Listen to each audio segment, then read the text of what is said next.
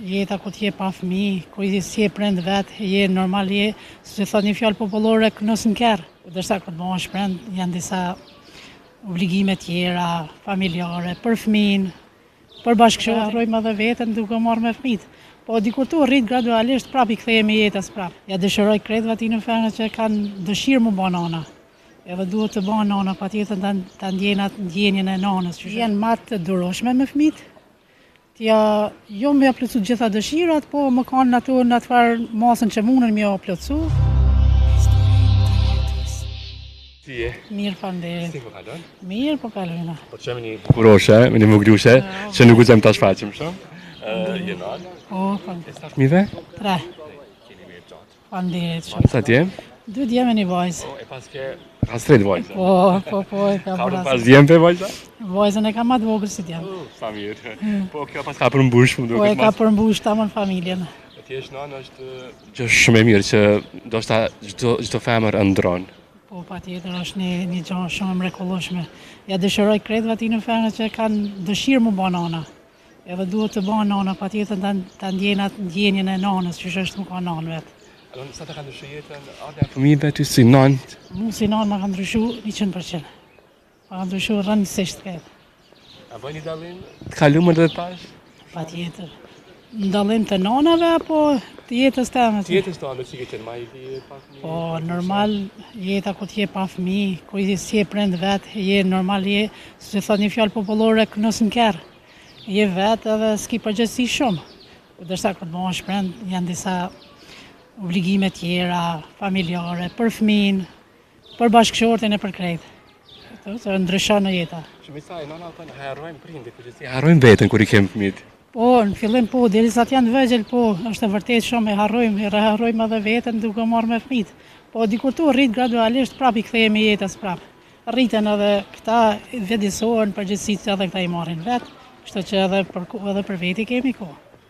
Tash që nanë, për juve, si është ti ta gëzosh këtë aktivitetin nanë? Apo shkruaj me 2 fjalë?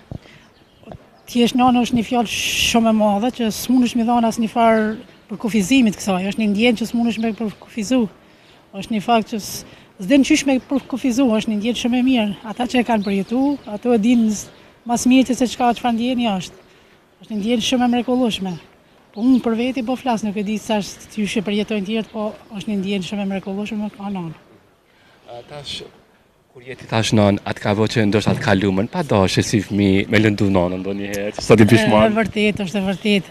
Do sa atë që bën tash të fëmijët, kujtohet vetë kur ke qenë fëmijë, çka e ke bën nanës, pse ja ke kthy këta, pse u bë kështu, ose na krejt ato të vinë për të përgjegjësitë, ato fajsitë, ato që e ke pas, të vinë tash këtë ndërmend. Ato sjellje që kena bëna me prindit tanë. A ke ndonjë shert vogël me nanën që e ke bën kalumën që sot tua? Sa që kom bë këto ose i kira pishman?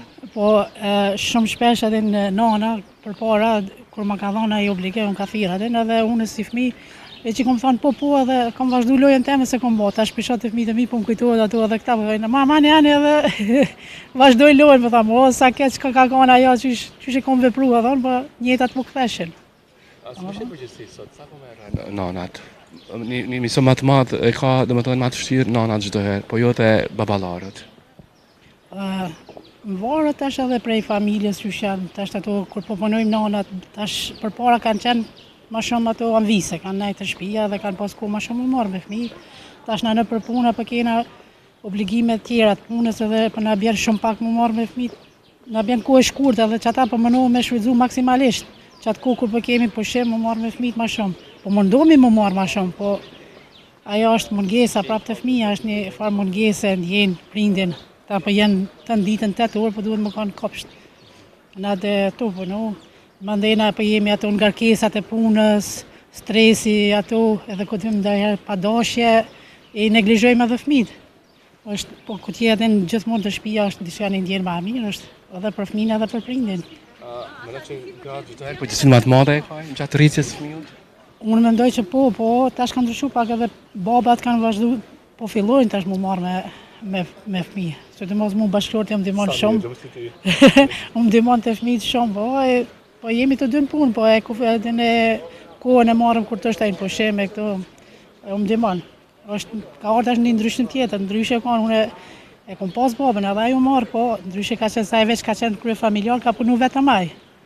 Edhe më shumë ka qenë përgjegjësi e prindit e nanës.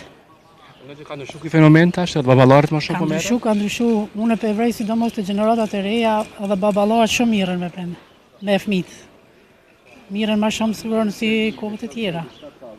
Po dua një mesazh gjitha grave, sidomos ata që janë nana, një mesazh që kam i shërbyer shumë për jetë, ndoshta për rritjen e fëmijëve. Çfarë u shëton një mesazh? Këshill. Nuk i kisha thënë, veç i kisha dëshiruar të jenë më të duroshme me fëmijët. Jo me plotsu gjitha dëshirat, po më kanë ato në atë masën që mundën me plotsu, më marr më shumë me ta me fëmijët, se koha shumë e shkurtër, sot jemi, nesër nuk jemi, sa më shumë kanë pranë fëmijëve, pranë familjes ta. Jeset shumë e këndshme, besoj shumë që juve. Të uroj ty çdo të mirë në jetë. Faleminderit shumë për kohën që ndajte. Faleminderit edhe për juve, gjithë mirat e suksesin.